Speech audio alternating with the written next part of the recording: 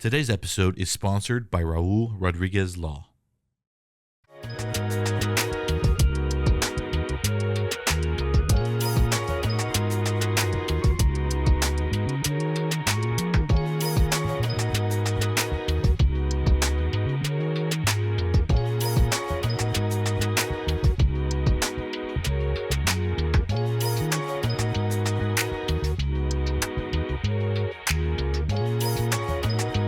What's going on, y'all? Today is Q&A day here in the lounge.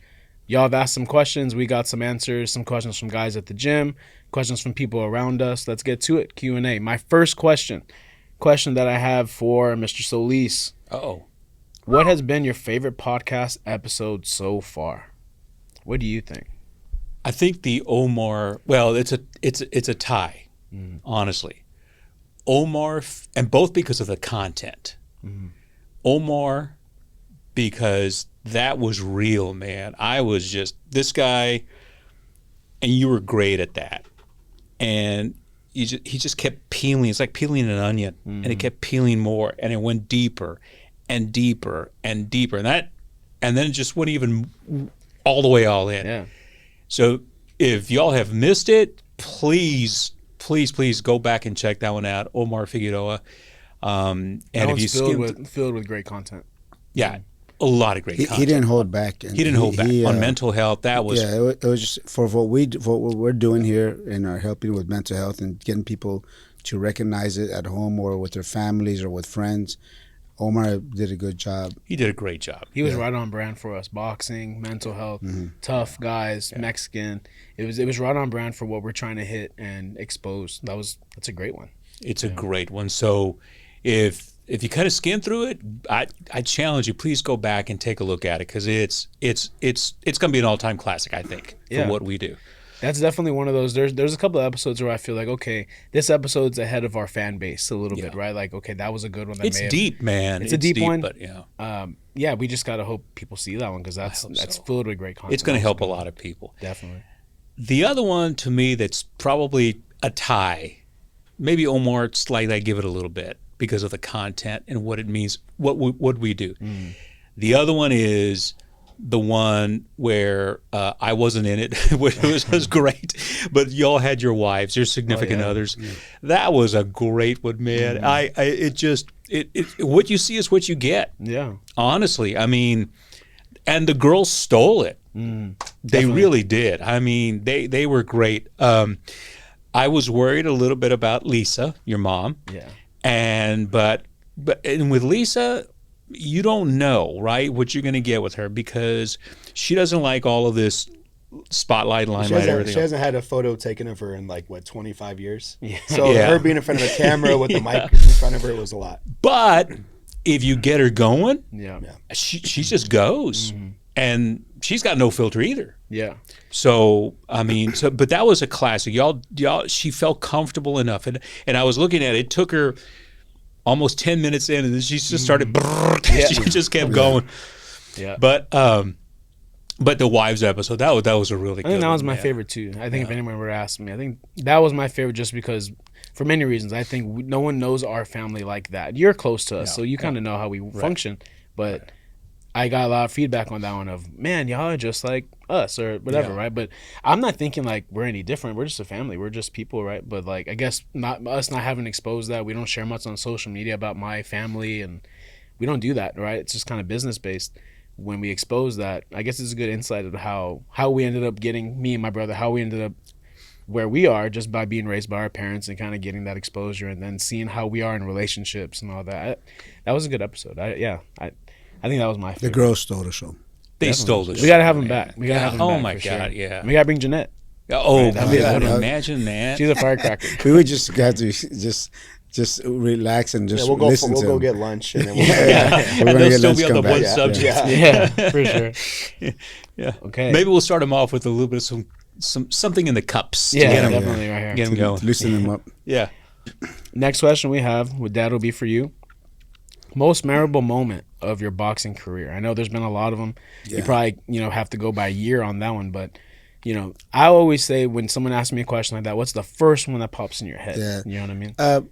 Only because there's so many of them, but the first one that pops in my head was the 1993 Alamo Dome fight with Azuma Nelson for the first time.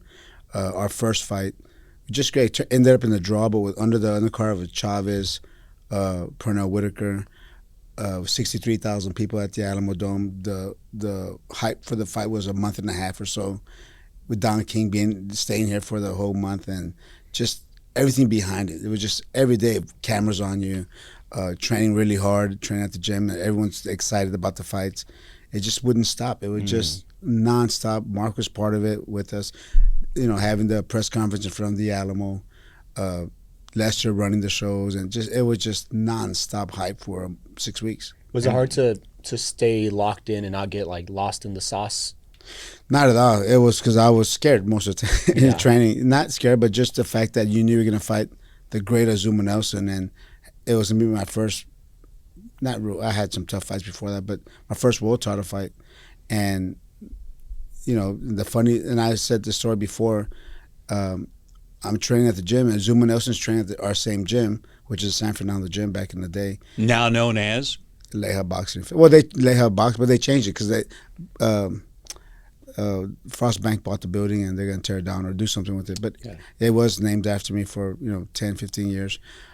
So Azuma Nelson he's going to work out after me. I had my 4 to 5 or 4 to 7, and Azuma Nelson came in from 7 to 9 or whatever to work out. But one day he came in early and asked if he could spar me 6 weeks before the fight. And obviously that's a no-no, but he was just trying to tell me, I don't even worry about you, I'll spar you too. And I was like, okay, that was a good one. Professor trying to just teach a lesson. mind tricks. And I said, that's a good one, but he said, I'll spar you, kid, if you want. Let's spar right now. Wow. I said, nah, we're good. Wow. Hey, so on that fight, I may know the answer to this, and I know Lester did a great job. Your entire team did a great job trying to keep you focused in on it. But Yeah. what was the ticket request like? That was every person you talked to, or every cousin you had, or every relative you had was. Or cousins you didn't even know you had. It was just saying, let me have some tickets. Let me have some tickets. And the whole thing you would always say is, I'm not in charge of the tickets. I'm not in charge of the tickets. I mean, that was a big fight day because that was a stacked card. Yeah, it was probably the biggest fight card. Well, no, it was one of the biggest fight cards because there was probably 7 world champions fighting that night. Wow. There was so many, on that night, but just about the tickets, people were just asking you everywhere. And there was I think Don King said this too, and I used it for most of my career, or it was part of the thing when people ask you for tickets. Don King said, when someone wants free tickets from you, what they're saying is you're not worth paying for. Mm-hmm. That they want it for free because you're not worth paying for. You said, don't ever give tickets away. He said it. I said, man, I work hard to do what I'm doing, and for someone just to want to see me perform free, it's not right. My family, of course, my immediate family and all, but cousins and relatives, I would say, man, you got to go to this guy. He's selling the tickets for us. Well, there's some truth to what he says, It is, but I would follow up with, but Don, if I'm getting a piece of the gate, then absolutely, but I'm not. So, but whatever people wanted to, and sometimes I would have maybe 20 or 30 tickets to give out to family and friends, and but those come out of my pocket anyway. What I'm curious That's about right. is, I know it was a draw the first fight, but like, what's the celebration like afterwards? Like, what do y'all do? Where y'all go? I'm sure he was probably there. Oh yeah, what do we do that night? We go to Mitiera? We Is did. Yeah. Almost every That's time where we it had a kinda big started. fight. It's 12 o'clock, 1 o'clock in the morning now, so we had to go and eat, and be 40 or 50 of us going to Mitiera. This was when Meet the Edda back in its heyday was 20. Was that the 24 hours. first stop of the party, or was it just boom, no. Mitiera, and He then- needed it. He needed. Well, it depended on what time the fights ended, but typically, your dad wanted to go eat, and we're all kind of hungry too. So Meet the Edda made sense, and we had our drinks there. Sometimes we go to a club, right? We have a club, everybody show up, 40, 50 of us go up to a club and hang out for a while, and then go and eat Mitiera afterwards. Yeah. Yeah, that's the hard part too. Most people don't get after the fight. These guys haven't been drinking for months. They haven't been partying like that. They haven't been eating like that. 2 months, right? 2 months. So, like, without when get you a do buzz that- off milk. You know what I mean? It's a tough one. You can't just go crazy on that first day because you're gonna be sick. feel it. You know what I mean? You're gonna feel it for sure. So that's definitely, like, I would say the next couple of days are you're Couple easing of into days. it. But what we would do is, when routine would eat. Fight after the fight, drink for the next. On the weekends, we go to every club in town or whatever we're going. What were the clubs we were going back then? Hard Rock. What other clubs? So, let's just leave it at that. we just a lot of clubs. We would go to clubs. I misremember. Yeah, we would go to a lot of clubs afterwards. But I would drink for maybe 3 or 4 weekends and then go back into training. I would always go back into training, but I would give myself 2 or 3 weekends and then go back into the gym and stop drinking. That was part of the routine. So it was that fight that sticks out to me the first. Most memorable. That was a great fight. Yeah, it was just the atmosphere for 2 months or whatever. And it was called The Fight. The Fight. Yeah. Your dad's right. It was stacked and 63,000 people. It was big. You got Don King, with the flags going, and no only in joke. America. It was no joke. They had a lot more. They had more fights up in the stands than they did. Yeah, that's true. A lot. It's funny, man.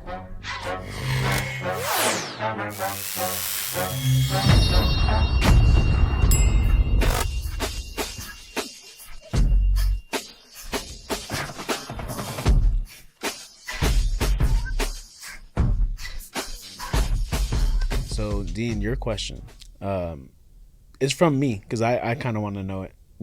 What is your favorite? And I'm sure there's a lot similar to his. What is your favorite Spurs moment? If you had the first one that comes to your mind, just the one that you kind of hang your hat on. There's 3, but the 2 I think I rank obviously on top. The first one, for some reason, I know what it is. What is it? Well, I don't know. Go ahead. Well, you want me to say it? You want me to say what I think it is? Yeah. The miracle. No, I'm thinking about things that I was there at. Okay. That's what. Not there, but I don't know. Something that stands out to me the most. And I was still pretty young during that miracle shot. 05, Game 5, Detroit away game. I'm at our grandparents' house. Oh yeah. And we're watching Game 5, Spurs versus Detroit. This is the Robert Horry game? The Robert Horry game. Mm-hmm. So I don't know why that one stands out the most to me, where I'm literally on my knees on the couch praying the whole fourth quarter. And then it's the play, obviously the dunk, right? The dunk where he hyperextends the shoulder and he's like Michael Jordan flying. He jumped from like the three-point Space line. Jeez. But he jumped from the 3-point line, it looked like. But that was it. But just the play where Robert Horry brings it in, gives it to Manu. Everyone goes to Manu. Robert Horry's right there. Boom, hits the shot. For some reason, that was like the most nerve-wracking experience of my Spurs. Well, there's been a lot, but that one is one. That one's one. The second one probably holds more weight is the 05 championship game, Game 7. And we're there. We're all there as a family at the game. And it was fourth quarter. The game's 70 to 80. It's such a low-scoring game. But just witnessing that championship for Game 5 for me was, that 05 championship was pretty cool. We're all there, and we had a great view. We see, the clock run down. You see Manu dribbling the ball out, and then boom, all the confetti hits. I think that was a very memorable experience for me. An honorable mention would be when we're there, Game 6. All of this is in my head right here. I got it all filed in. Game 6, 03, Spurs versus the Nets, New Jersey Nets. And this is when Steven Jackson is going off. Yeah. So he after three, and we were up kind of in the mid-level, but I remember one of the threes he hit, we all stand up, and all of a sudden I get the biggest beer shower of all time. But rather than being mad about it, I embraced it at a young age, 03. I don't know how old I was, 7, 8. Was it your beer or someone else's? I don't know. I had my mouth open, the beer is going in there. But just that experience of being in the crowd, feeling it. There's another one. I just thought about it. This is the last one. There's a lot. Right. The last one, I think I put this on top. Everything on top. It's crazy how I didn't. Yeah. But this is on top. This was the note. So scratch all of those. Scratch all of that out. Those are all Game those are all 7. honorable mentions right there. Right, This is the number one. The no AC game. Oh yeah. That was the 20. What year was that? 2014. Game 1. 2014 Game 1. LeBron James. The AC goes off, but it was very gradual. We didn't know what was happening, and Because it's San Antonio. Were we all there? We were all there. We were all there, right? Because it's San Antonio. You don't know it's hot. No, it's hot. It's hot no matter what. But first quarter, feels great. Second quarter, you see some of the women kind of doing one of these right here. Third quarter, then the men start doing this. Fourth quarter, shirts are off, beers out. We're hanging out. We're and just embracing it. LeBron cramps up. We're all happy. They carry him out like a crazy man. And that Everyone goes crazy. I think Everyone that was claps. the best. And that was part strategy. Some people thought, they did it on And it was purpose. game right, and it was game one. But like we knew there was something there where we beat them. Mentally, we beat them. When we saw mentally. LeBron down, it was like, okay. Yeah, and then we were walking out. The game's over. We walk out, and everyone's just chanting "Go Yeah. Spurs, go!" And it was like, the city was just like was on fire. So quick follow up to that. Oh, you know what? No, I'm just kidding. 05 Game 7. Right? 05 Go back Game to that. 7 where they Go won the back to that. championship. All right, Yeah. you're there. Crazy. Confetti. Yay. Yeah, blah, blah, blah. right. Tell me about the drive out and down into downtown. Man, it's just What do you remember from there? there's no. It's like it's euphoric. There's no sense of danger. There's no. It's like a really really good night at Nyosa. Where we know it could be dangerous at night, whatever, but everyone is just embracing each other. It's the Spurs are the nucleus of San Antonio. Yeah. So that was just like we just hovered around it, and No crime. There was no crime that night. there was no crime that People night. That's people a walking great way by, of putting it, two men, whatever, from whatever, just tough guys bumping Yeah. each other. Yeah, Yeah, exactly. They It's hate like each other. it's the safest Yeah. time is when Spurs win the championship. Yeah. There's no crime. I guarantee you, crime's at all time low. Yeah. It was so. Those are my memories. There's a lot, but I think that no AC game was probably the number one. And that's a rare game. Think about that. Like, Yeah. that's a rarity. Like, when was the last time we heard of the AC going out during a game? Like, And a game one during the finals. and one of the main players on that team cramps up, and it affects him. That's amazing. That was a fun game. Jordan wouldn't have walked Jordan out. would have kept playing. Yeah, he would have kept playing. He would have. It would have been like, come on, man. This is. I Kobe played him- would have kept playing. Kobe. Yeah. Yeah. Mamba. All right, here we go. How do you define success? So that's a deep one. And I think that, I don't know if we've covered that before, defining success, but I think for me it's changed over time, of course, right? Like, there's success, what success looks like to you when you're in high school, right? You're just getting through high school, just trying to get to college, trying to get into the college of your choice. It's success. There's so many ways to measure success. I think everyone does it differently. For me, if you're asking me, I feel like personally success means I can do what I want and not have to worry about something else, right? Doing what I want, meaning occupationally, I can structure my day how I want. I'm my own boss. You know what I mean? I definitely feel like that is success, right? I feel like being free from the hamster wheel of trying to either impress this person or trying to live up to this or trying to do that. If I'm off that hamster wheel, I feel like that's success. You know what I mean? Like the question that I ask people at the gym all the time is, how much money do you need to be happy? Or how many cars you need to be happy? Or what car do you need to drive to be happy? Because eventually that car is going to be old, and then there's going to be another car, right? What's going to make you happy then? And I always say, if you're not happy with what you have now, you won't be happy with when you get what you want then. Yeah, because the bar is only going to It's only higher going to and move. higher. Yeah. We're only going to move the goalpost, right? So I feel like success is being happy. Not, I wouldn't, and this gets confusing where are you settling? Or are you just good with where you're at right now? But if this were to be it, I would be happy, right? Everything else is a gift. Everything else is just the cherry on top. I get to, like I told my mom last night, she messaged me last night, and she goes, how was your day? And I said, I can't complain. I wake up, I get to do what I want to do. I see my brother and my dad at the gym. I train my wife sometimes. I wake up to a beautiful wife. I have beautiful kids who are really cool and fun.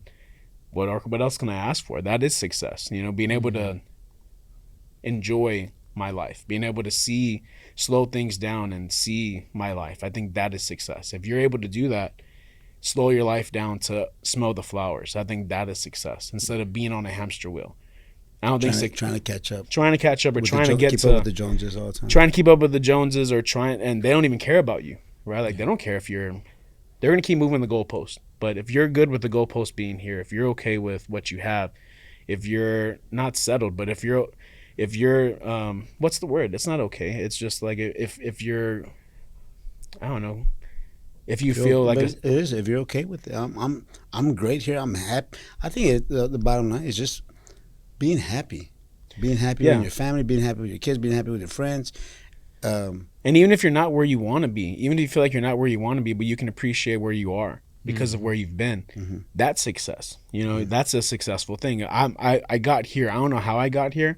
I know what I've been through, but I'm here. And it may not be the end of my road. It may not be where I want to end up, but I'm glad that I'm here, right? That is success in itself. Seeing yourself as a success, having gone through, having been tried and going through tribulations and all that stuff in life. Like everyone has their own, right? But being able to be here and enjoy my life, enjoy my family, my wife, like I think that's success to me personally.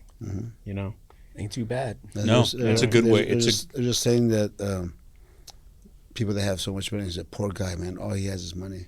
Yeah. And that's all they think about is having money. But man, they're miserable outside, and that doesn't mean anything. I think I had mentioned on a podcast previous. I don't know if we released it yet, but there was one of my favorite interviews. There was a guy who was interviewing Bob Marley, and he said, "Are you rich?" And he asked Bob Marley if he was rich, and he goes, "By rich, what do you mean?" And he goes, "Well, do you have cars? Do you have possessions?" And he goes, "Does possessions make you rich?" And he said, "Life is what makes me rich. Like I'm rich with life." And I think that was just the perfect answer that really hit me when I was young. It really hit me and spoke to me. Because again, I've lived with my father, and we've seen the other side of life. I've seen a Viper in my driveway. I've seen Toyota Supras in my driveway. I've seen all these cars, and me and my brother have lived in such big houses and stuff. And you know, I think Jim Carrey was the one that said, I would hope everybody gets what they want one day and get as much money as you want and get all the possessions you want to see. It's not what you think it is. Yeah. You know, like this is what it is right here. It's the people who are in the house. It's the people who are in the car. It's not the car. It's not the house. You know? Right. So yeah, I think that's how I would define success for me personally. Yeah. That's a great way of looking at it. Yeah. And Good answer. It's the Buddhist in me, maybe, right? Yeah. I don't know. Who knows?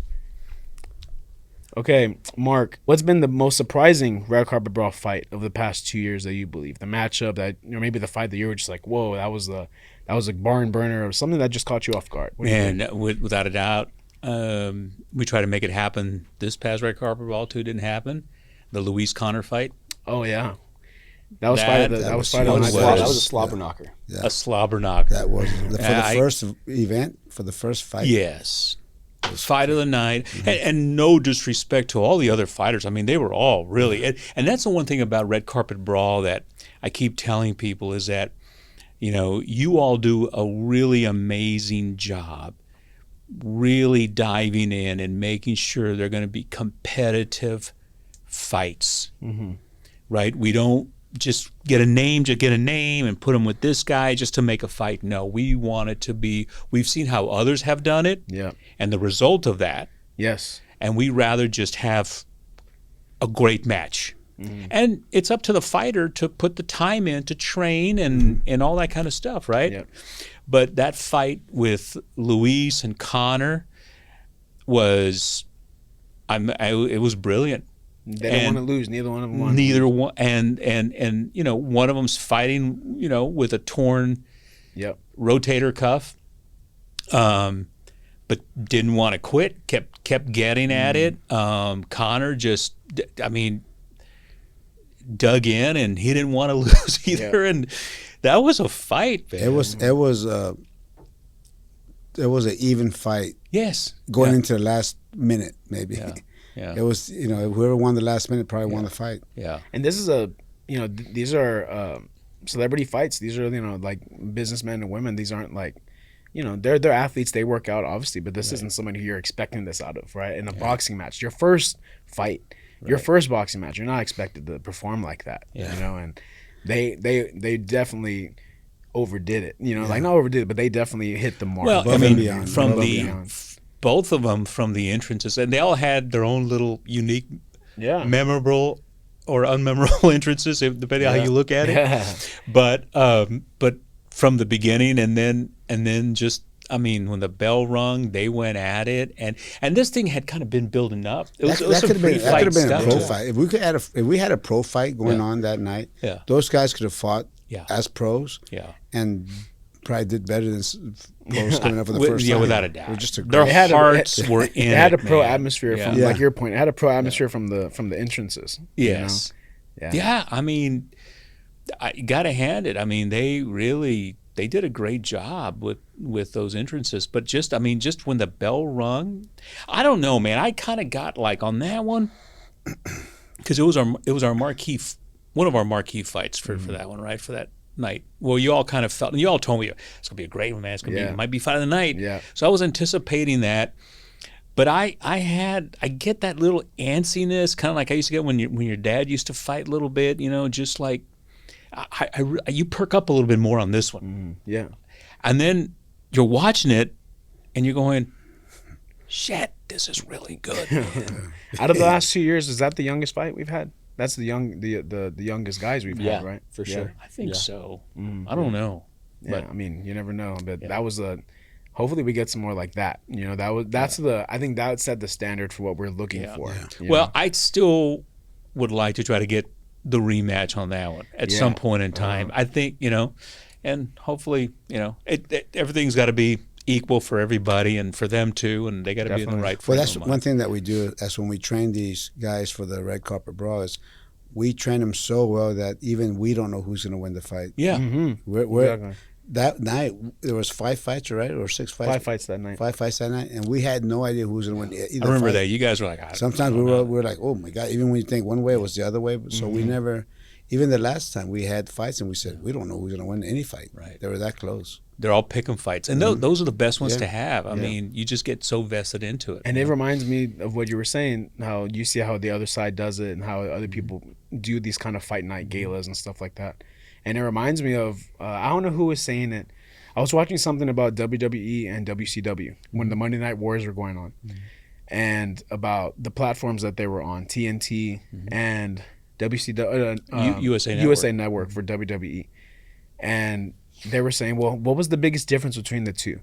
And the guys from WWE, they were saying, the USA Network is wrestling. These guys who are hired to film and hold the cameras for WWE are wrestling guys. They know where to be. They know where this is going to fall. They know the strategy. They already see what's going on here. These are wrestling guys who are holding the cameras, right? It's another element that WCW, who's over here at TNT, Turner, doesn't have. They're a entertainment group filming wrestling. WWE is wrestling guys filming wrestling. So when we're doing an event, we are boxing people putting on a boxing event, not a entertainment group putting on a boxing event, or an outside group who has no idea what they're looking at putting on a boxing event. So we lead with that. Not only that, we train these guys. We train these guys too. So We're we know hands on what with to- them, right? So there's a different level of red carpet brawl. I mean, if you hadn't been to one, if you haven't seen it, it's definitely something that I would recommend. Yeah, you going got to come support it out. And hopefully this year we're able to make it where we could sell some seats, individual seats to the general public besides the tables. And that might be an opportunity for a lot of people who, can't buy a table, but Definitely. they can kind of go. Yeah. Mm-hmm. Okay, Dean, let's swing back to you. What is your go? Oh, well, I'm gonna start with you. I'll go with you, Dean. What is your go-to karaoke song? Karaoke. I'm not a big karaoke guy. I've never really done karaoke, but I've only done it once. Okay, have you done karaoke? No, don't know what that is. Okay. I don't know if I would want to, but I've done karaoke one time. So this is your go-to song. It's the only song I've done. Celeste had to shoot a wedding in Detroit. She got booked a year in advance. And, as it's getting closer, I'm doing my research. You think of Detroit, you're like, it's not the place you want to go and just walk around, by yourself. You might walk into Uncle Murder. Yeah. So I already had some opinion on it, and I was, I don't know. We'll hang on the hotel. You could do your wedding. I'll be in the hotel. Ended up being a beautiful city. I mean, the downtown Detroit was it's like a big Band-Aid on what the city is itself, but unbelievable city. We had the time of our lives there. The music was great. The restaurants were great. The bars were great. After the wedding was done, she was always tired and all that, but I was like, we'll go out, whatever. And started off with dinner, had had a few cocktails. We go to the bar, had a few cocktails, and we all kind of mapped it out. Again, a great scene over there in Detroit. We finished out at one place, and one spot's a bar, and then in the back is a piano bar, and at this point we're feeling really good, and we're like, man, these people. And no one knows you. Is No that one knows Beyonce you, so. singing? Man, it's some guy drunk up there, but Beyonce. but man, so we were like, you know what? We were there. We kept waiting, and like, no one knows us. We're gonna go up. Not like we're celebrities, but like, we're not in our city. Like, no one knows us. When's the next time we're gonna be in Detroit, out of all places? And there's a piano bar. We're here. Let's just go for it. And we went up there. Piano guys said, "What do you want?" And it was My Girl from the Temptations. Uh-huh. So we sang My Girl, and I thought I sounded like Marvin Gaye up there, which I'm sure I did. Yeah, in your But head. in my head, I was Marvin Gaye too. Marvin Gaye's cousin. Yeah, his cousin. Yeah. But that was the song.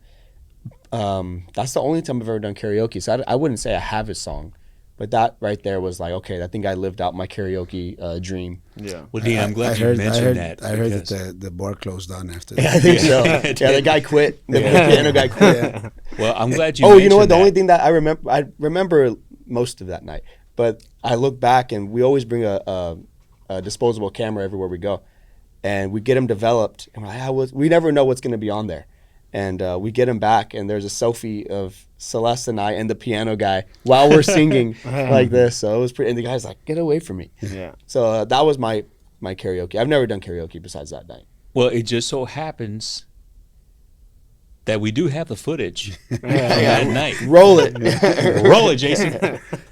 roll the tape. And it just so happens that was the last time that piano person was seen. Yeah. That was last picture. Last picture. I was wearing his pants that night. That's funny. Dad, next question. This actually came in from somebody at the gym. James and Dean sparred 3 rounds. Who is winning? That's a tough one because you both have two different styles. He's more the boxer, the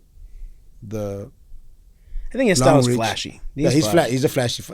He's flashy. Moves like Mayweather moves a lot like that. And you're the Tim Duncan of boxing. You're more technique wise. You stick to the way we train when we Fundamentals. I wasn't Yeah. allowed to be flashy. I want him to. The way he boxes, the way he plays basketball is the same way. It's real. Tim Duncan-ish, right? Real technique. It's like if Tim Duncan and Roshan Nastarovich had a kid. Yeah. Real Spurs fans. So know that. it's really a tough one. It's really a tough fight. I don't know. He's a flash with the technique, more power maybe. I don't know. It's a tough one. You need a 4th round. Yeah, probably need Yeah. a 4th round.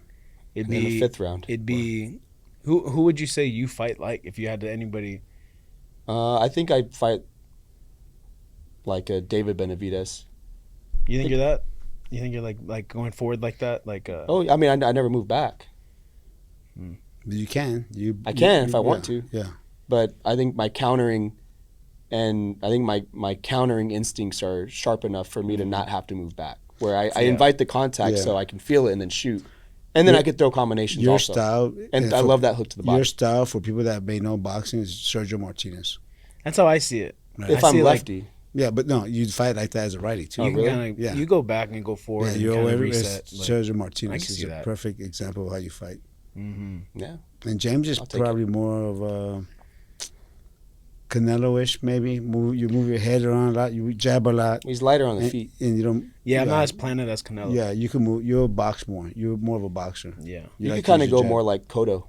I think go Cotto. Cotto is kind of where I ended up. I was shooting for Jorge Linares, and I think I ended up somewhere around Cotto, Victor Ortiz. I think I was somewhere around there. Just lacked the power. Just without that power, I feel like I didn't have that. I was more boxing based, Yeah. so I don't feel like I would. I was looking to win all the rounds. I was looking to win every round. Yeah, that would be an interesting one though. I remember last time we did spar. It was a while back. One time I got hit. You hit me and I saw black for a while. Yeah, But I was in high school, so. that was a while back. We used to spar all the time when we were kids. Yeah. No. Oh yeah, every big fight, him and I had, the gloves and the headgear were on standby. Every big fight, they had to, in between rounds. It was our fights. We had the minute. We had the minute fight. They had the minute fights. They would do 12 12 rounds of fighting with Sasha. 1 minute, Or- yeah. No, you had, No, gloves. you had your Yeah, sparring gloves. gear on. Yeah. Yeah, the sparring gear. Yeah. Yeah. And they would every minute for every round of the fight. Yes. So they didn't even watch the fight. They're just waiting for their round. We would Yeah, go 3 is it minutes our off. turn? Our turn. 3 minutes off, 1 minute on. When the for 12 fighters in rounds. the actual fight got water, we got water. Yeah. Yeah. We'll go back to the corner. And he'll be like, yeah, like, Yeah. we're in it. It's just for years. That was we're in MGM Grand. That's cool, man. Yeah, those are good. Those are good times right there. Next questions from me. I'll ask it to myself. All right. Wait a minute. Did y'all answer it? I was gonna say. So the answer is me. So I think I don't know. It's a close. Answer it. it I think is. It will be a depends on good who fight. shows up. It depends on who shows up. that Yeah. day. It'd be a bloodbath. I think right now I don't think I spar nearly as much as he does. I think I'm just kind of like Dean spars. I love Dean sparring. spars quite Oh, yeah. often. I don't feel like I'm like Dean nah. spars every day. 10 rounds a day.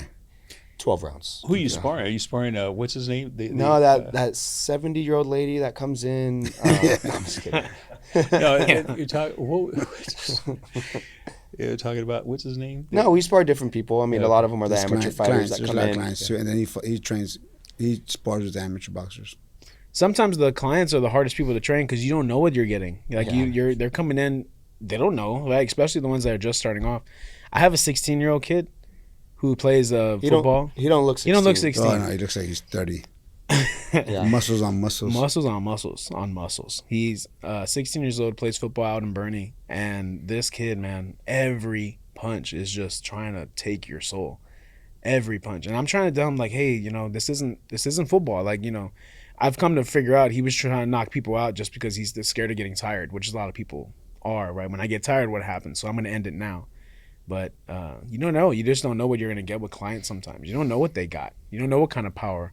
Power can be you can't look at somebody and tell what kind of power they have. There's some guys and girls that are gym rails, just thin, that are knock you out. NyQuil in both hands. Wow. And it just sometimes you just don't know. You don't know what you're getting in there with. But I have a client. I'm gonna say his name Brett because I don't think he might. His name's JMO, and he's 62 years old, 145 pounds, and he's probably the hardest pound for pound puncher in the gym with the right hand. He hits so hard, pound for pound. He hits so hard. I'm like, if I had that right hand, I'd still be fighting. Wow. he hits him in the hand and feels it in his big toe. Yeah, I mean, he hits so hard, and he doesn't even know he has that much power because how do you know, right? He never knocked anybody out. He's never like he's hitting people. And I tell him, You know, Jimbo, that right hand is a killer. It's like he walks around, but he doesn't know because he was sparring. He doesn't, he's sparring. You don't know what kind of a lethal weapon he He has. does not know. Yeah. he hit does somebody not and they know. have to brush their teeth through their butt. Okay. It's gotta hurt. Okay. Was that my question? That wasn't my question, was it? No. No, you got to ask yourself one. Yeah, I'm at You my- got to ask yourself one. Yeah, right. Who? Oh, yeah, that was Jason's. Yeah. Okay. When you're in an auto accident, you shouldn't be concerned with legal runarounds, just real advice. You deserve an attorney ready to work for you, an attorney that won't back down. I've lost loved ones due to the negligence of others.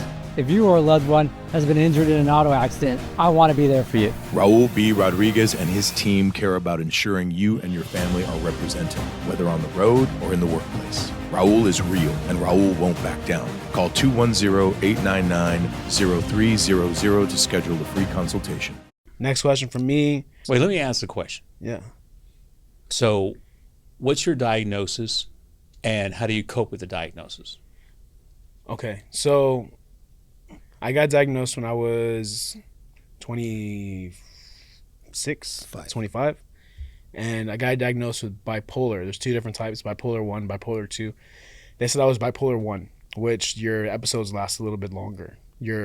It has mania in it, so like you're going ups and downs and they last a little bit longer. I think I've said before, I deal differently every day. So it depends on what the day needs. Some days I need to just be by myself. Some days I need to be around my family. I'll say this, personally, as of this episode, I haven't really taken a big mental health day in a while. I feel like there's too much going on in my world. New kid, right? I have 2 daughters now. There's too much to go on to have a mental health day, which probably means I need one, right? Which probably is about the time that I would probably need to like just not go to the gym, kind of decompress, and just maybe, who knows, right? However I deal. But every day is a little bit differently. I mean, every day is a little different because I'm dealing with something different every day, right? I could be up, I could be down. It could be in the middle. I'm sure there's even episodes that are on here that you could probably see, or at least I can, like, okay, I'm not feeling good that day or whatever. But yeah, I would say the way I cope is acknowledging what I need that day. Everything's different, right? Which is tough for my wife. One day I would like to do I think my mom brought it up today. One day I would like to do like a podcast episode with like my mom and my wife of how is it to deal with, like, to be in a relationship with somebody who is bipolar. Because I think the last figure I saw was 90% of bipolar marriages where one person has bipolar end in divorce. 90%, right? As opposed to, what is it, 50 or 60 for like... Over 50%, right? Normal, yeah. So when I actually got diagnosed, my therapist was like, you need to sit down. I got something to tell you. I think this is what it's going to be. And she was giving me these figures. And I was just kind of like, man, like, suicide rates go up. Everything kind of just heightens, And I think knowing that initially was kind of just like rocking. But I've been married for almost 8 years now. And I have 2 daughters, and me and my wife are really solid. So I feel like I'm not one of those statistics. You know what I mean? I'm on the... You're the 10%. I'm the 10%, that's what keeps me going. And that's how I cope. That's what I tell myself. I'm the 10%, right? In everything that I do, whether it be suicide rate, I'm the other percent. I'm not this percent. And I think I lead with that. I try to. Am I lying to you and saying I never feel that way? I do feel that way sometimes. I do go through those ups and downs. I recognize them more, but I think that's how you cope, is when you're able to identify and you're able to see and you're able to, like, it's the quote that I've been stuck on lately. Is there a solution? So you don't have to stress. Is there not a solution? If there isn't one, why are you stressed? Right? So there is no stress for any of this. If there's a solution, don't stress. If there's no solution, don't stress. Right? Yeah. So that's kind of how I cope with it. My therapist told me there is no cure for this. You're going to have this for the rest of your life. There's just ways to cope medicinally, whatever. But it's not something that you're going to get rid of, And everyone goes through their own shit. Mine just may be a little bit askew than others, but I think I cope really well. I think my family around me heightens me up. It gives me, like I was saying in my last answer, being a boss gives me purpose. It gives me the will and the drive to want to do more, to want to do better. And I feel like that's what maybe sometimes people lack when they have a mental illness, is the drive, or seeing the fruit of their labor, or seeing just what they're working for. And I think I have that. I think that's how I cope. Long answer, but what do you see different from the time you were diagnosed when you were 25, 26 until what you see now? What's changed? I know there's a lot, right? But what do you say? What do you think that says, okay, I'm this now, I'm not that now, because I'm better because I'm not doing this? I feel that I'm better now, mainly because I feel like I've given myself more purpose. I feel like before I was kind of like a lost dog, kind of just trying to see who's going to lead me to where I need to go, who's going to lead me to water, who's going to lead me to food, who's going to take control of me. Where now I feel like I'm in control. I have my hand on the wheel. And it's mainly maybe because, y'all listened to me about the gym, opening up the gym, and we opened up the gym during COVID and it worked out, right? And it's just more of like, I'm kind of proving to myself, right? Like even in this podcast, just us doing it, like I'm kind of proving it to myself that, damn, like we just need to do it. Mm-hmm. Me and Dean on the clothing line we're trying to build right now, like, fuck, we just got to do it. You know what I mean? Like just do it. Like just give yourself some purpose of life. Like do it.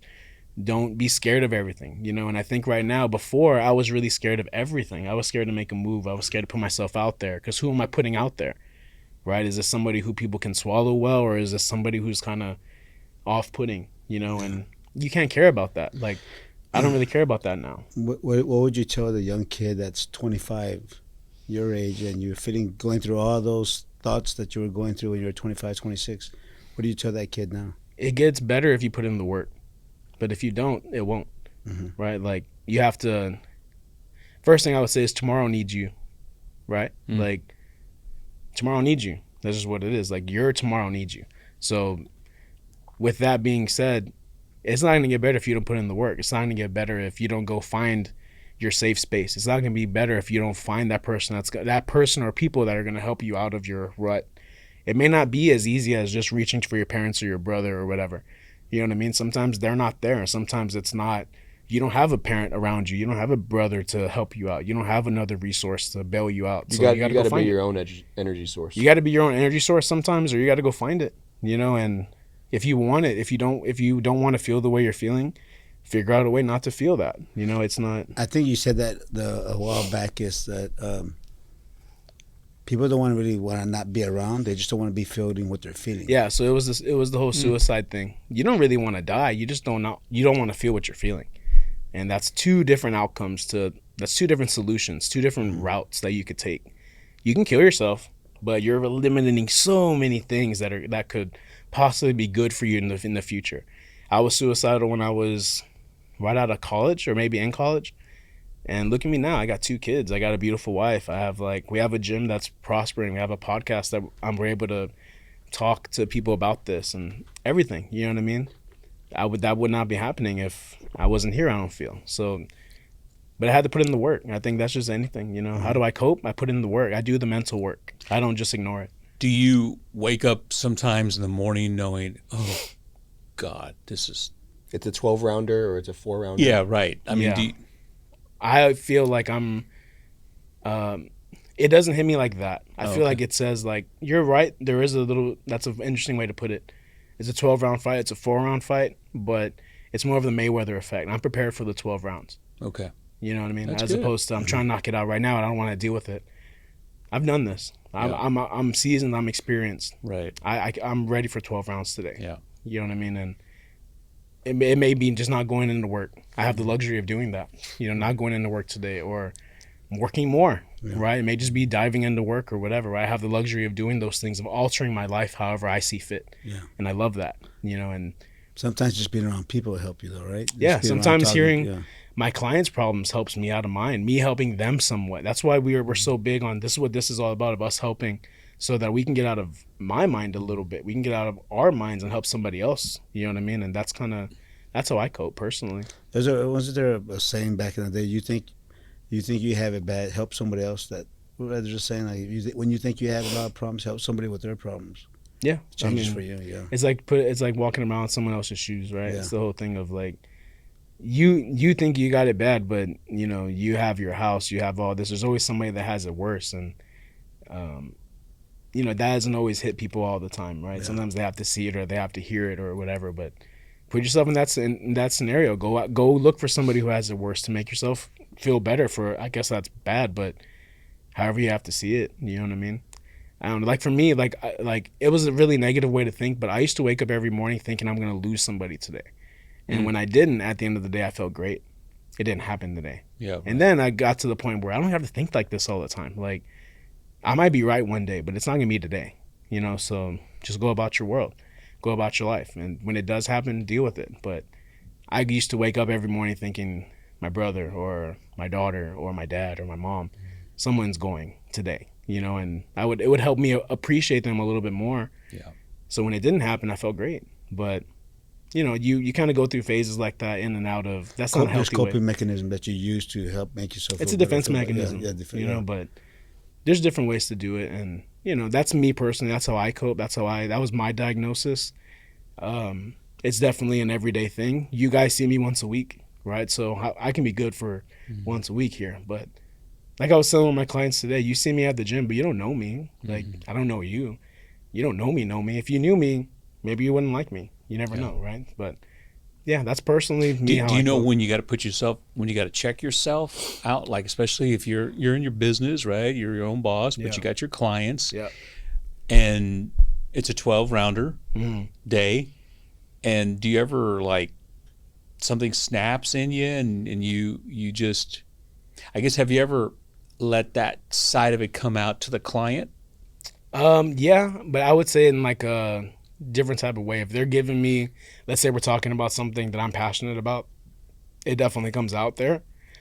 I've had days where I've just told them I just can't make it today, you know, and they understand. I'm kind of open with them about it, what they're dealing with me too. I just can't do it today, you know, and all my clients have been really respectful of it. They know they know me. They know I'm going to be there. They know, like, it's not just me choosing just to not be there. It's because I need it. And It's yeah, rare though. It's you're rare. there every day. Yeah. it's rare because I also feel like the gym is me. The gym's an extension of me personally. So I need to be there to make sure that something's going well. I'm very like helicopter in that sense, right? Even with this, I'm here. There's only been one episode I haven't been on, and you know, even then, like I was just real helicopter with what I do.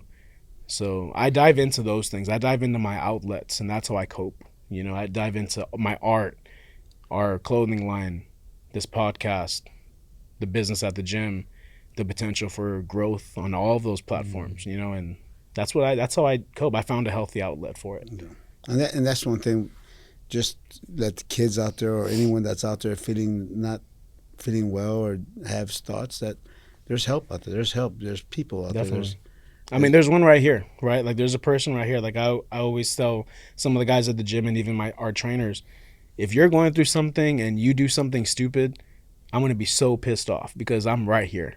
You know what I mean? Like, and I'm within reach, and you're just choosing not to, you know? And you have to recognize people who are going to help you and who aren't, right? And if anybody's watching this and they do something stupid, like, you don't have yourself to blame because you're willingly and like shutting the door on an open invitation for help, maybe. You know what I mean? And I don't believe in God, but that's when they say like, well, hey, God's gonna provide and all that, right? He's gonna put someone in my path to help me out or whatever. Well, I could be here. This could be it. But if you don't reach out, then you're saying no to it. I'm not God, but who's to say? Like, there was the whole thing of like, well, there's a guy drowning out in the sea, right? And he's swimming and he says no to the boat that's going to help him out because he says God's going to help him out. There's a canoe that goes by him and he says no because God's going to help him out. A guy throws him out a buoy and he says no because God's going to help him out. He ends up drowning, goes up to God, and God says, well, I sent you all these guys.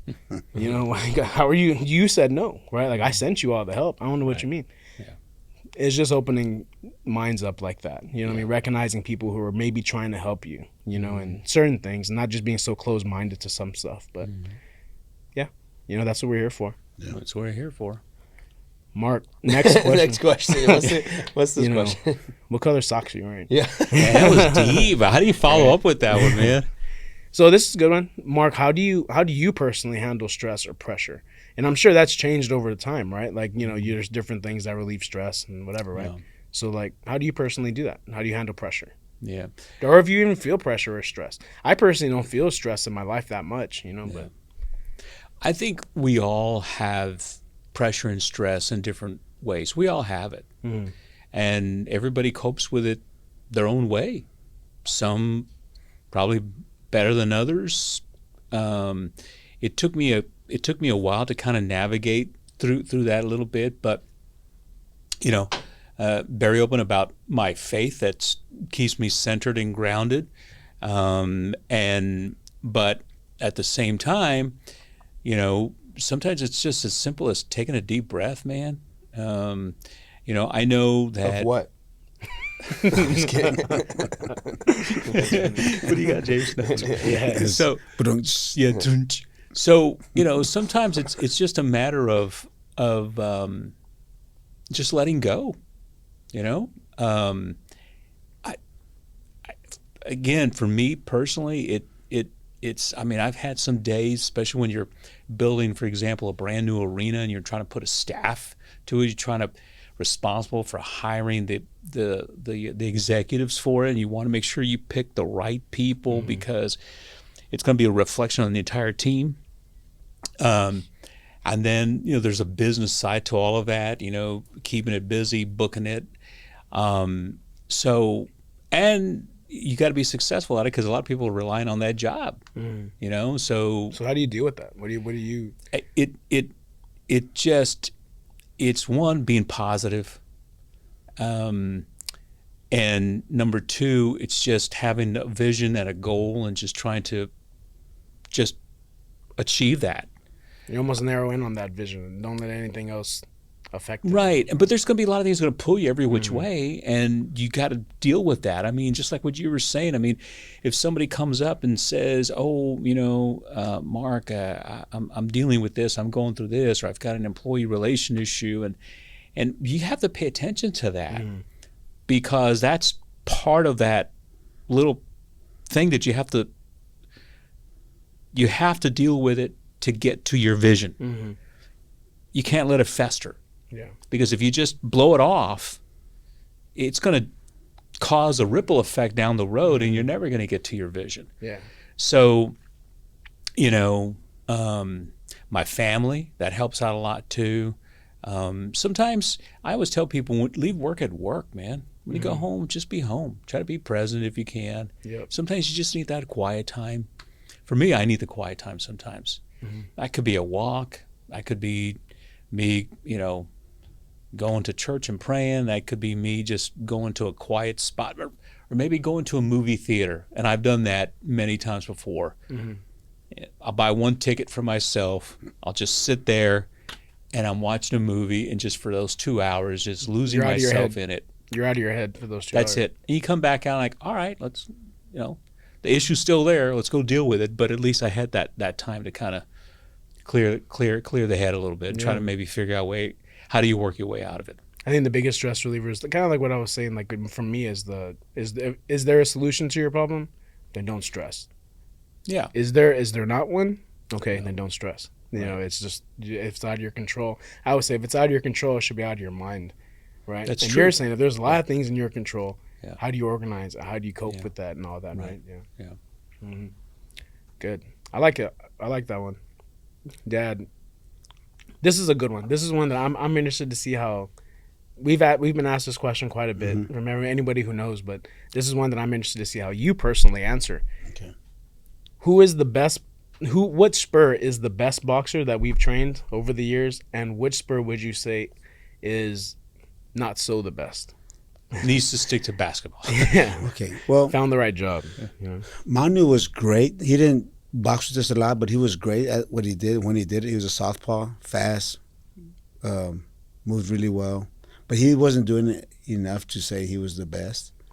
But if he only did it for a Yeah, little no, but bit, he did it really well. He did it really well. But you can't see, not, you know, he may just show me the best, right? He may show us the best of Manu there at that time. But remember that one time we trained him for like 1 or 2 rounds, and he's laying down on the floor. Going, oh my God, I can't do this anymore. I'll be back. And then he came back even better. Yeah. And that was it. But I don't know. Whenever someone ever says who was the best, I always go to think Tim Duncan, because he was always wanted to work on technique. Some of the guys didn't care so much about the technique, but they just wanted to hit and move around. One time I was saying Tim was having trouble doing an uppercut because one of his knees was hurting. And I said, no, let's not worry. He goes, no, let's get it right. And I said, wow, like he really wanted to learn it the right way, the fundamentals. And he just stuck to that. And he always stuck to doing the fundamentals and doing them right. And to me, that meant everything. Like he wants to do everything right. And to me, that was the best. And he did it for years. He was the reason we were there for, we're still there. For 23 years now, we've been doing this. And it was because Tim wanted to box. And the one that says that was probably the worst, and he's not there anymore, but was DeJounte Murray, because he never even tried it. Everyone's tried it. Well, the one who, But him. Again, an honorable mention, I think, who loved it maybe a little too much was Steven Jackson. Oh, he's the best performer. He applied what he learned Immediately. I'm telling you, yeah, you're right, because we were training them for. That was 03. Yeah. And that was 03. That was his rookie year. And then Spurs never brought him back. And then he went to the Pacers. And he still remembered a little bit of that San Antonio teaching. Yeah, Malice I'm in the telling you, Palace. he was And throwing Malice some in the straight Palace. rights, but he boxed for us for a long. We still have video of him boxing with us, right? He called the guy out that was sitting in the 5th row. Yeah. And he caught you, man. It was He was like 3, 4 straight it was right hands. dirty. Yeah, he was tough. The whole DeJounte Murray thing was a little funny, only because you had seen, up until that point, Tony boxing, Manu boxing, Tim. And Tony wasn't that guy that wanted to box. He wasn't in that. He did it. It was like a team player. Yeah, You know what I mean? Like he he was did just it, like yeah. he was a team player. And not that they have to do any of this, but when you see DeJounte just not showing any interest in being a part of any of that, I don't know. Only player to do He's that. the only one.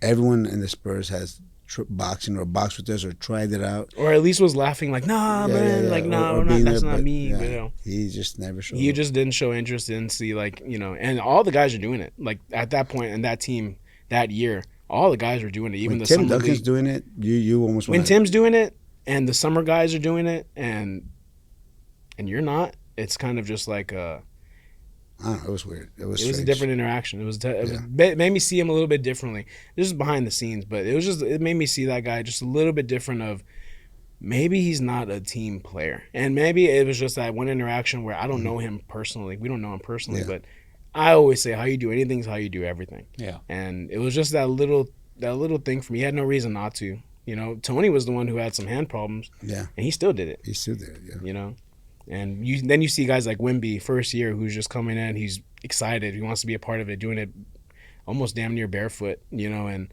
he's asking the fundamental questions too. That surprised me the most was Wimby saying, "Where do my elbows go?" Yeah, that was fun. Working with him was pretty cool too. Because when I worked with him, it was more of like a mind drill where I had him close. Well, the drill was I have his hands up, and it was a countering drill. So I hit one side, he counters with a combination that's already preset.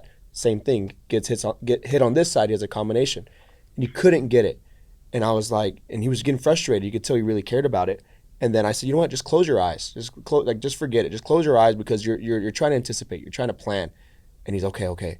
So and sure enough, we had him close his eyes. He locked in like I've never seen any. It was a splitting image of Tim Duncan. Yep. He had that. He has that same gene. There's some Spurs that come in and you could just tell how they are. You know, like when Chris Paul was there and when the first time we had Chris Paul, I was like, okay. Like I can tell how he got to where he's got. Right out of the bat. Right off he the was bat. in the first day. And the one that shocked me the most was Harrison Barnes. I think he's just a bruiser. He was just a guy who was like, I was swinging back at him and he locked in on his eyes. You could just say, like, you could see it. He's just a tough guy. Like he's not gonna let anybody push him around. And that was just like you don't expect that out of basketball guys. Most of the time when we throw back at guys, they're whatever, and like they've never been thrown at before. And he just kind of was like, he's smart. He's smart. He's like, what else? Yeah, he's like, what else you got? Yeah, it was interesting. He had his mouthpiece on. Yeah, it was interesting. Harrison Barnes is definitely one of those guys that was just like, whoa, okay, he's here. Yeah. He's locked in right now. He's in this workout. It had to be interesting to see how you guys would deal with like Wemby, because y'all are probably to his belly button or something like that. Yeah. It's just I still got him. I still hit him. Most of those tall guys don't think you can reach them.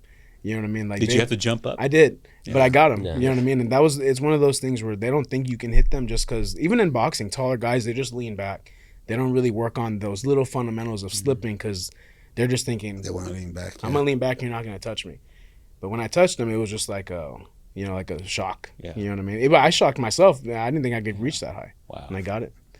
You know, before we get out here, guys, is there any, you want to make a prediction or do you want to give your take on this Jake Paul Chavez Jr.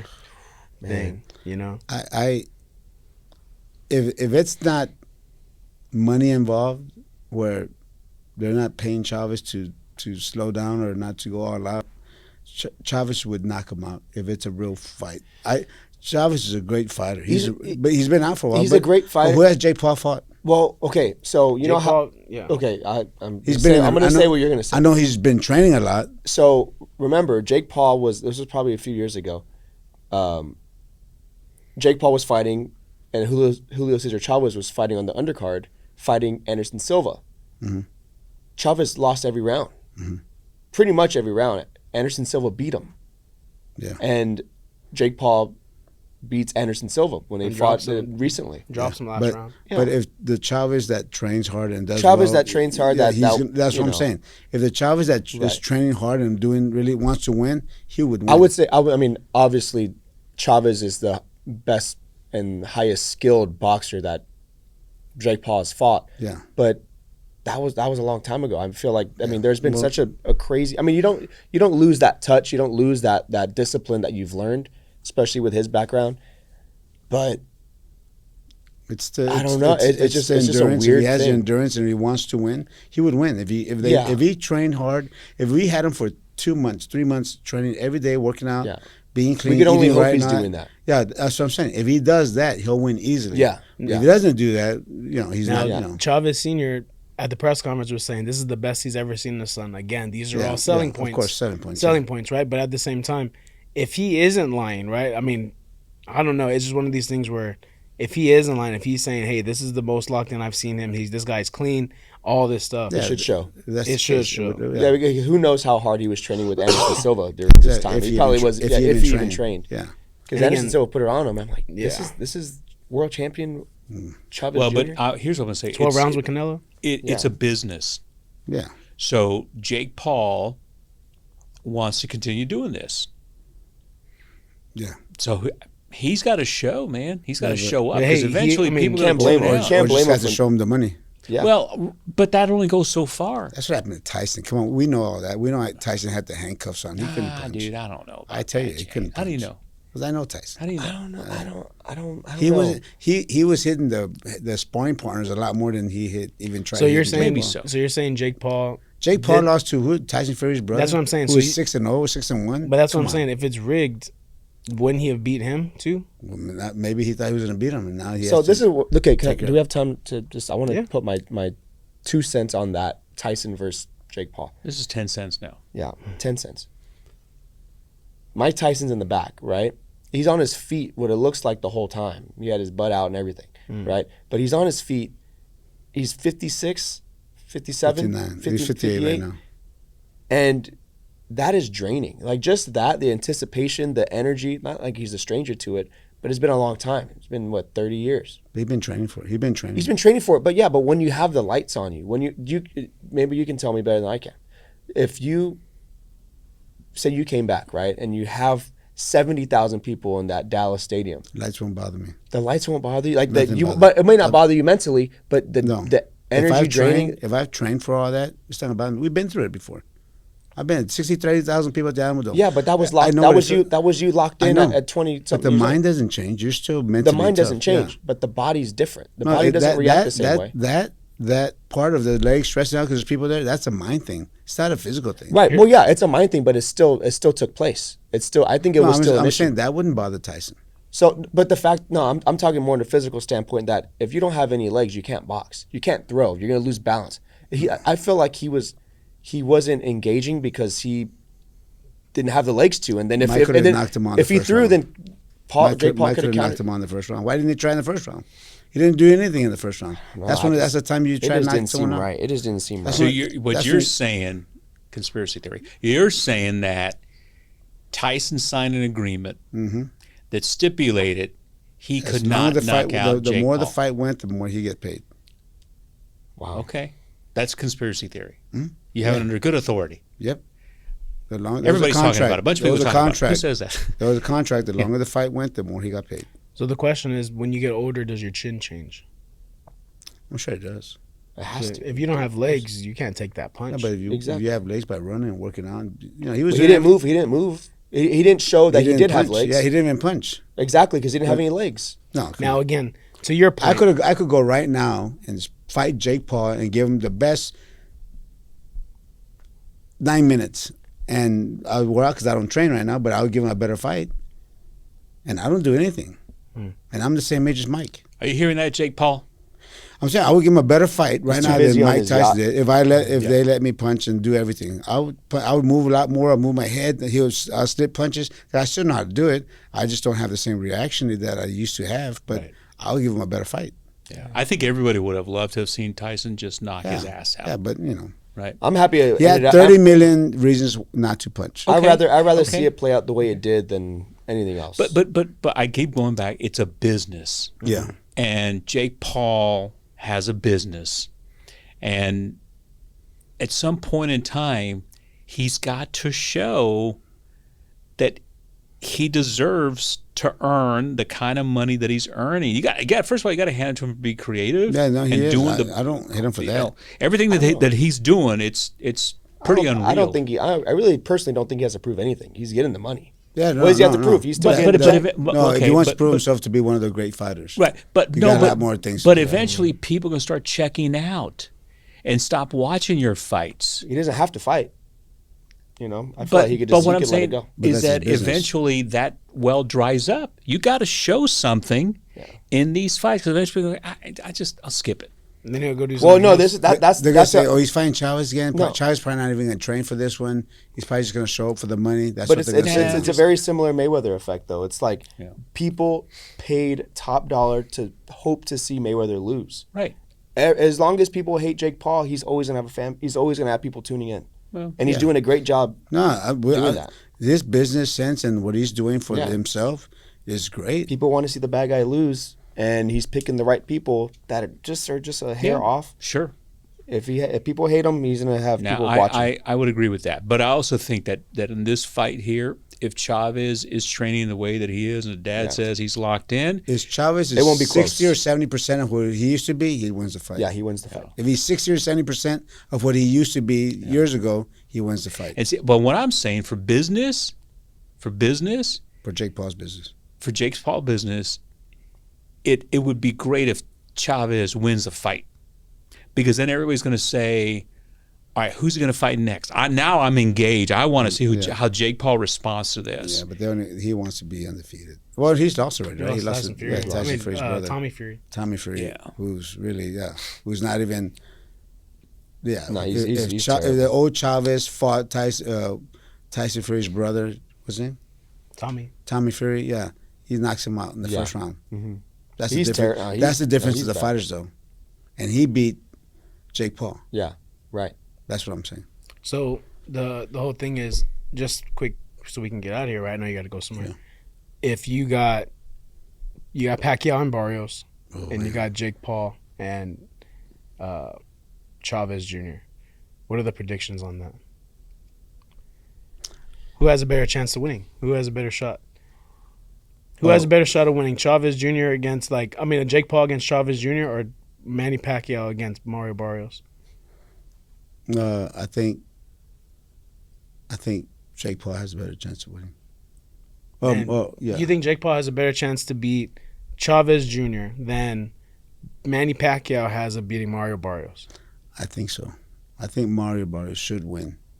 I mean, we've You think always said Pacquiao's it. coming back to lose? I know. Well, we always said Father Time's undefeated, and Manny's been out.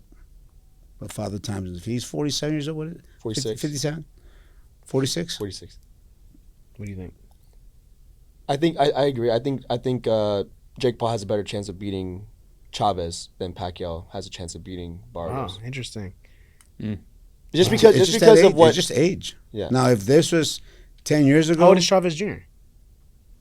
it's Like 37? well, he has He's wear 37. and tear in his body. yeah, he beats his body up pretty good. Yeah. But if this was 10 years ago and Pacquiao and Barrios are fighting, Just Ba- the fact Mario doesn't have a just the chance. fact that Chavez Jr.'s lost against Anderson Silva worries me. yeah. That's a huge red flag. But Pacquiao was a knockout artist. He beat the way he beat Margarito, he beat everybody. Mario Barrios wouldn't have a chance. You know, a puncher's chance maybe, but even Pacquiao. It's like Pacquiao Margarito.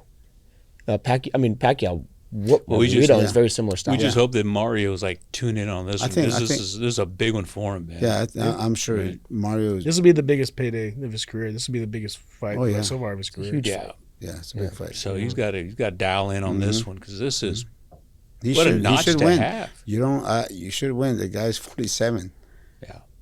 Yeah. The guy's 47. You don't lose to a 47. Age. You know. He's got that dad power though, that dad strength. Yeah, That's different. You got that part. Grand.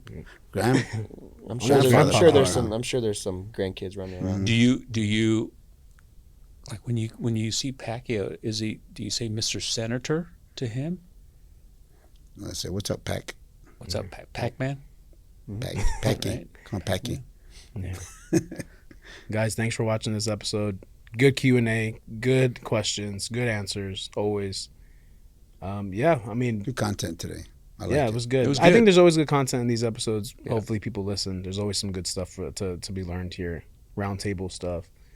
I definitely, with the answer of the wives, definitely want to bring people back. Definitely want to bring the wives back. Oh yeah. I want That's to been- do a reaction video. Like someone send us like a reaction or a video we can react to it. I like doing those things. Like any sports or anything. Anything. I want to react. Like a lion eating a zebra. Yeah. Or the lady fights in Fiesta. Oh yeah, I want to see that. You can comment on those. Dirty feet and everything. Yeah. Dirty feet, dirty hands. Sucias. Yeah. Chicken on a stick. Well, they don't drop their beers, right? Don't drop it. Yeah. Yeah. Guys, thanks for watching. If you like this content, please like, comment, and subscribe. Please like, comment, and subscribe. We're doing this, putting a lot of effort into it. I know y'all are watching. Share this with somebody who you think may get something out of it. If you want to leave a comment of who you would like to see on, you know anybody who would, if you know anybody who would like to be on here, let us know. Leave a comment. Be on the lookout for the next episode, the Leija Lounge. We're gonna wrap up season 2 pretty soon. Season finale is probably coming up pretty soon to start season 3. Who knows who it'll be? We'll get somebody in here. Yes. Be on the lookout, guys.